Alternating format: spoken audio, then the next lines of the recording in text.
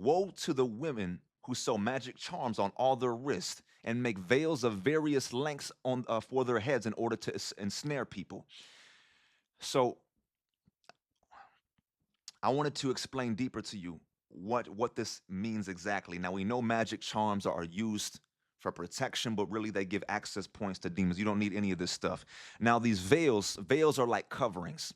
And these veils represent a couple things, right? They represent number one, deception, which is using deception to pretend to cover, to protect, to guide people, but really in all reality, they're manipulating people even further away from the truth.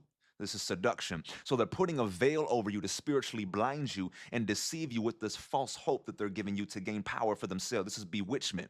And so this also represents an entrapment. So it's like a net they're throwing over you to catch you like prey. And I want y'all to understand something, that souls, they're like currency. So these are the most valuable things to God. We are valuable to God. The human essence is valuable to God. And so the enemy knows if he can entrap the human essence, he can gain power and make himself like a god here in the earth. This is why witches and warlocks are after the souls of individuals. And so now that the enemy sees the brokenness and the offense of this generation and how they're offended at God, he can use this to capitalize.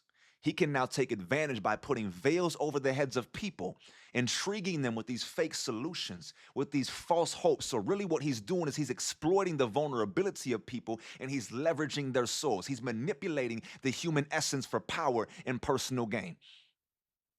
Now if he can bind Gen Z to a belief system that would suppress their God-given autonomy, it would keep them in spiritual cages. He could steal their stars and he could hinder and delay the prophetic words concerning these people's lives. Now, what would happen is people would be chasing this counterfeit spiritual power that makes them believe, like in this generation, oh, we finally awakened to the truth. The church is a lie. The Bible is a lie. Christianity is for the white man. Now everybody is confused in the kingdom of darkness. They are capitalizing off of the brokenness and the offense of these people, off of the deception. So the veil, it also represents a covering, right? I said this before, but I'm going to explain it to you in a different way.